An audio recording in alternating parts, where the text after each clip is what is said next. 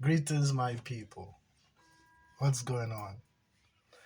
Uh, the last time I made a post, I believe it was in December. I was more or less doing my best to recover from the walking pneumonia, you know? And well, I've been doing a lot of work behind the scenes, you know? Um, Slowly but surely, I'm getting stuff done. And I've been so preoccupied with the things that I want to accomplish, or I should say, the goals that I set. Uh, I forgot I haven't actually, you know, made a post or say something to John Public in a minute. You know, earlier on this morning, like around 8:30 ish, I got a missed call, and that missed call, when I did realize I missed the call and I checked, uh, it rung out, but then the person on the other side didn't pick up. So I called it maybe two or three times because my phone rarely ring. You understand? So when the person did pick up, um, the voice said, I make a mistake, is your mother was trying to call. And with that, I hung up the phone immediately because I really don't interact or speak to my family. As you guys already know, I'm in the shelter. Oh, and by the way, the 700 and how much people that actually looked at the video of my eviction, I appreciate you actually looking at it, okay? Um, what I'm experiencing in my life is hurtful, yeah. But on the other hand, instead of lashing out or, blaming people for what I am experiencing, I decide to take it upon myself and hold myself accountable for the part in which I played in the situation that I'm actually in right now. All right. Nobody didn't hold me and drag me into the shelter system. No. All right. Like I said, it was a holdover. That's what they call it. A holdover eviction, but it was processed illegally. When I say processed illegally, the paperwork wasn't processed properly. All right. But however, due to the virtue that the landlord have ties with the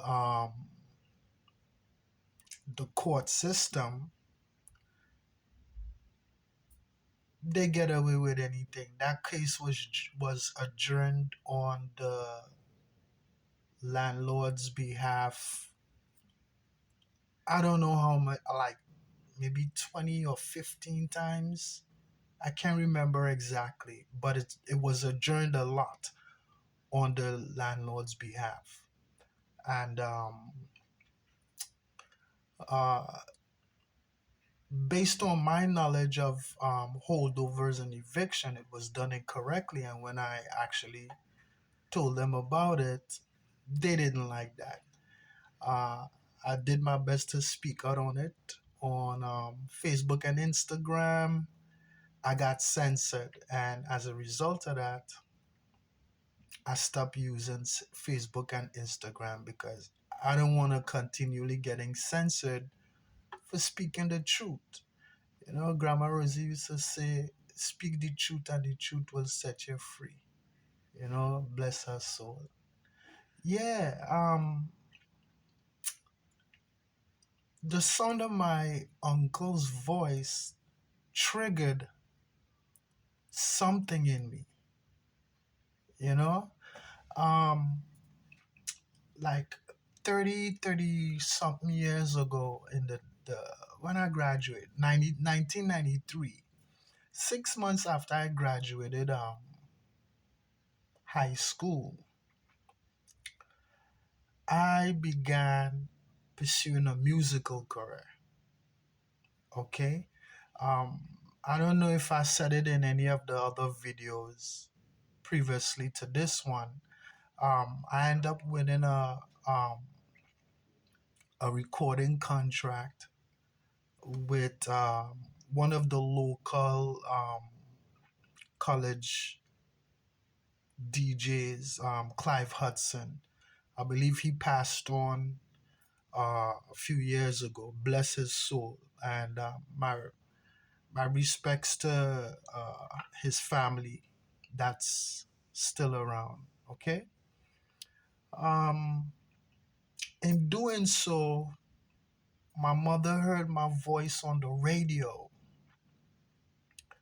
one Saturday, and she was like, "Wait a minute, Marlon, is you?" And I was shocked to hear my voice on the radio. I did over a cover song. First, it was "Rock with Me Tonight for old time's sake." That's the song I did. And then another producer, his name was General GT. I remember General GT. The last time I saw him, he told me, "Yo, B, your your music has a lot of controversy behind it because you just disappear. You know, when he said disappear, that's when my mother actually took out when she heard me on the radio, she actually took out a life insurance policy out on me, and she kicked me out on the street. You know, because being that she heard my voice on the radio, she felt, well, I have money, I'm rich. You know, yo, you're rich, you have money. And yeah, me working so hard. I said, no, mommy, you know how much things I had to do in order to make that money. You know, and with that, my mother, she took out the life insurance and kicked me out on the street. Um, those days, uh, 1993 to 97, they called it the crack cocaine pandemic. All right. Now, before I go any further,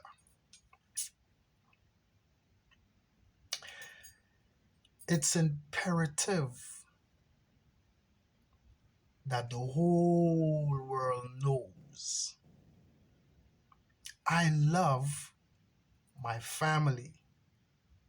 I love my mother. But the things that transpired within my lifetime with her, I don't want that woman or anybody that's associated with her around me. See, look, I agree on shit. Okay. The last time I spoke to her mother, my grandmother on her side, her mother, she told me she would leave me and my two sisters some land and some house, and mommy would take care of it until I become of age, and you know, stuff like that. But then when she kicked me out and I ended up in North Carolina with a friend that I went to high school with, who told me that he was into music promotions. Turned out he was hustling, selling drugs. And when I tell him I ain't selling any drug, become a grandmother, tell me don't sell no drugs. War start. You understand? But these are things I water under the bridge. I really don't have time to really sit down and um, think about these things. However, they say you forgive, but you can't forget. And these are certain things that molded me into the person that I am today. You know, I know that's not my cup of tea, even though it could be. I already know the ramifications of uh, that lifestyle. So that's something I needed to learn. Okay. And I'm grateful for the knowledge. Anyway, when I came back from Carolina, I ended up having an injury. Okay. I will show a little injury, the scars. All right. The physical scars, the mental scars. Well, I would like to think they heal the mental scars because I don't really, what, 30 something years, you know? I don't know if all you will be able to see it, but uh, See them thing there? Them holes? See them thing there? That's the scars. Those are the scars. Okay? Those are the scars. So, sorry about that.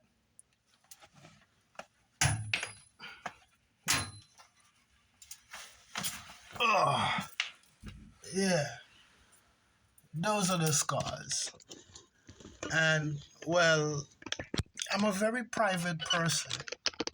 You know, certain things I keep to myself because it's not really anybody business. But I show you these scars to say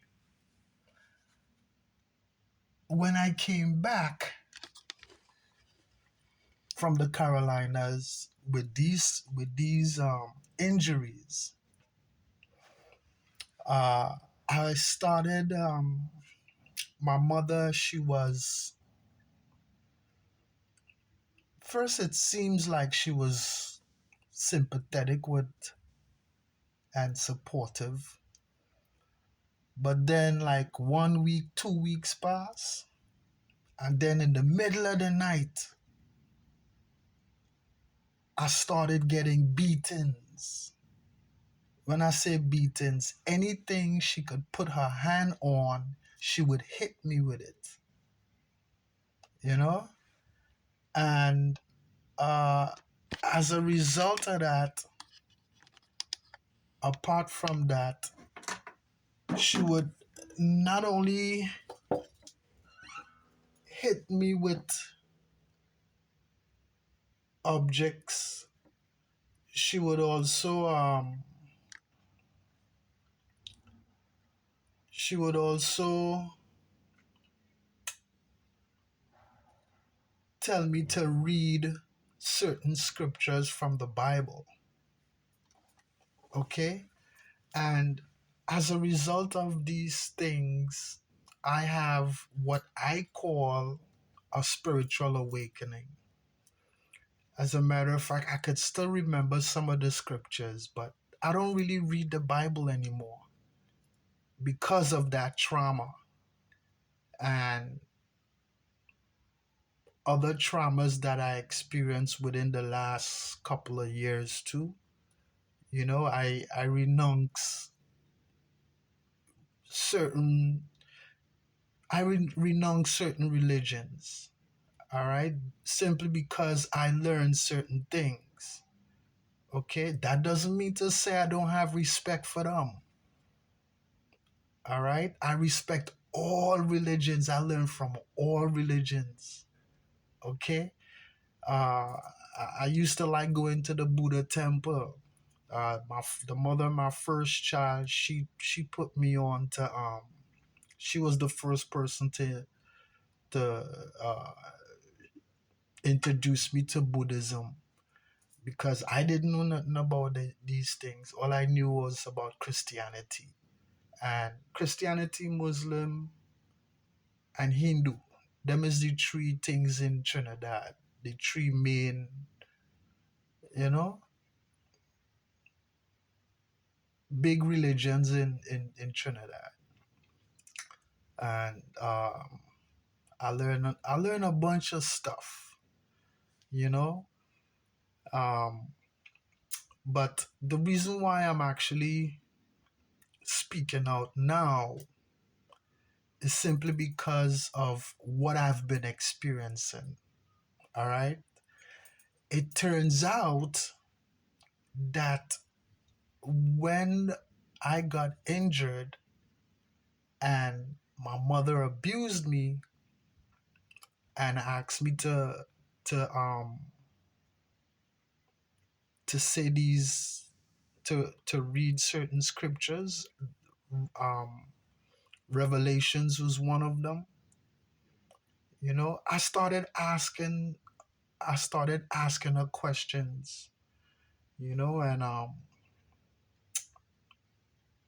remember I was like, I remember one night she, like 2 o'clock in the morning, she wake up and start to beat me, beat me, beat me. I'm like, yo, mommy, what? Oh, you didn't dead. I was like, what? You didn't dead.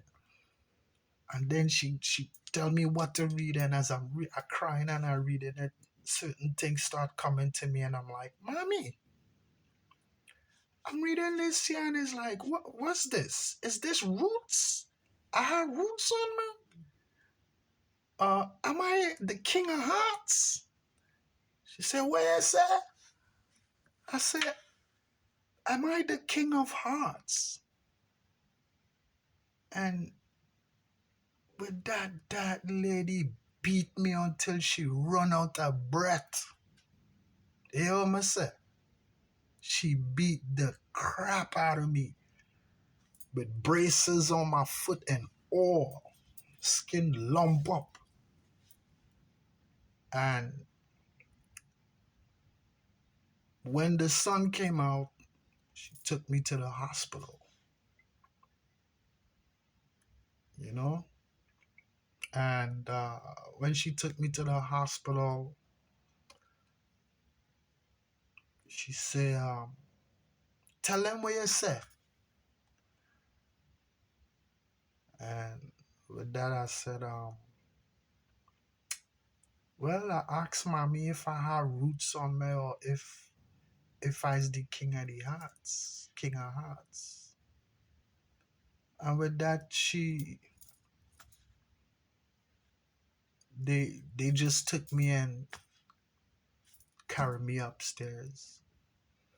And when I was upstairs, I remember I started singing.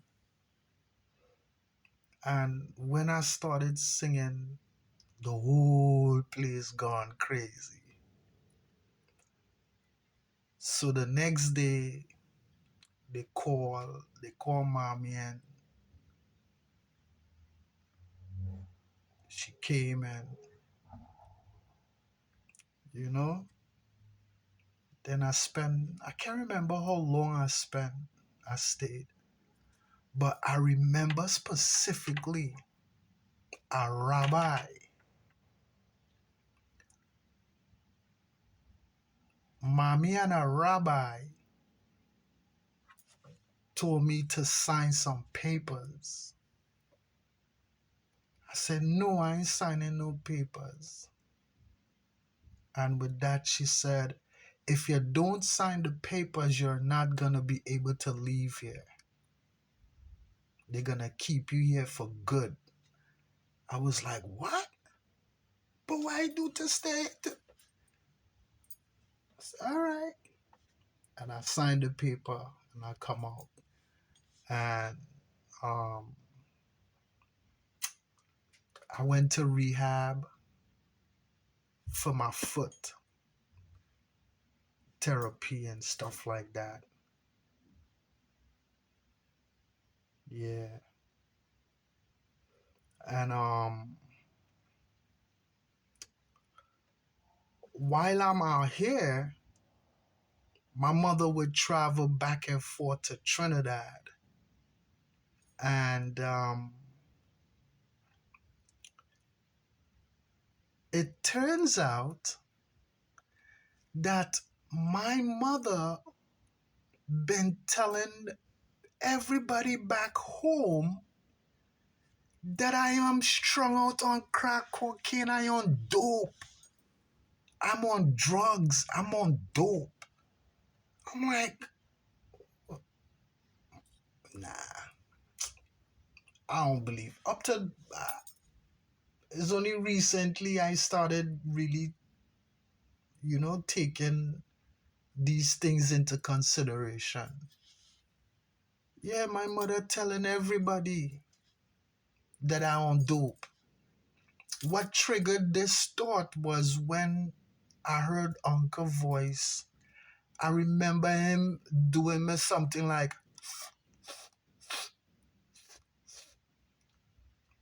the last time I was hanging out around them, he like, Hey, Marlon. I'm like, it's like he's asking me if I'm using any drug, any cocaine, if I'm sniffing coke. So they smile in my face, but when they go back home, they telling everybody, oh, he on dope, he on this, he on that. So because I'm on any whatever drugs they say that I'm on, they never gave me, or she never gave me, the inheritance that was due to me. All right. And as a result of that, I never really paid no mind, because I know when you're dead, you can't take it with you, you know? So with that, I just, hey, lead them with the thing is the mother one anyway. I could get mines, you know? That's one of the reasons why I became a real estate broker, you know? Speaking of dope, you know what my mother called dope? Marijuana. She called marijuana dope. Them days, I would smoke marijuana. Because of the stresses I'm experiencing right now. Um, I don't smoke weed no more. All right. The last time I smoked weed, marijuana, I fainted around my friends. And instead of being supportive, everybody take off the phone and started recording. So in the event I turn a big superstar, they can use it to extort me. Yeah. So when I recover and I left, that was the last time anybody see me. Even if they used to call me right now, I don't really answer the phone. If you ain't leave a voice message, it's not important. But today specifically, it was kind of early. You usually would get a business call like around 9:30, 10 o'clock, but this one was 8. So I was like, who this? All right, let me see. I wasn't expecting anybody to call anyway, but you know. Yeah, so I tell myself, let me tell John public and speak out, because right now it seems like everybody think that I'm having or I have mental health issues, which technically I don't. All right. Um, my mother is my mental health problem. She's bad for my mental health. My family, they bad for my mental health because of the traumas that they put me through and what these people here putting me through. I came into the shelter system with the goal to get help and move forward with my life, but these people not helping me. They more on Instagram than any fucking thing else. The minute I walk out this door, I'm on Instagram. If I interact with any, they doing a bunch of crazy stuff to make me look bad, you know. But I don't really pay it no mind, because everybody have free will. Is what you choose to do with your free will would more or less determine the outcome. If you sow good seed, you must get good fruit. So I do myself a favor. um I don't really socialize with nobody. I stay to myself because what I'm doing my best to accomplish would not only help me, but it would help the whole world in general. All right. The things that I am working on right now as we speak, providing that everything works out, it will have a positive effect on society. Okay? I I would rather leave the world a better place than it was when I got here. All right? And that's what I want to do. You know, uh people who's manipulating the environment to make me feel something wrong with me, or doing things to trigger me into reacting a certain way. I already peep these things, but it's not my business. So I don't really, you know what I'm saying? Yeah. I heard, oh, we have a new president. I heard the new president a few weeks ago saying that the New York City federal courts is the most corrupted court in in the United States. And it's true, because the things that I am experiencing in my life and the fact that I learned so much, I am in shock. You understand? But then at the same time, I'm like, you know what? It is what it is. You know, I could only inspire somebody to do better. Your thoughts determine what you want. Your action determines what you get. All right? What I am doing my best to do is to help to improve the mental health society and people with broken hearts through music. All right? And real estate. Okay?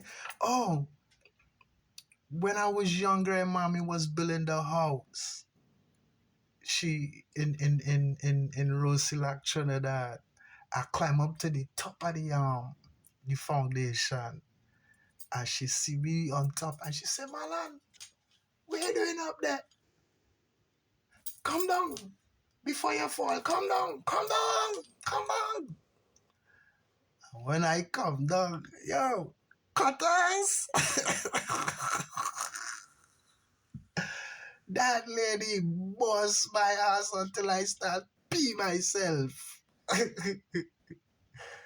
Hey, yeah, man. Yeah. I really don't have any good memories of her. She would give this facade that, oh, that is my son, and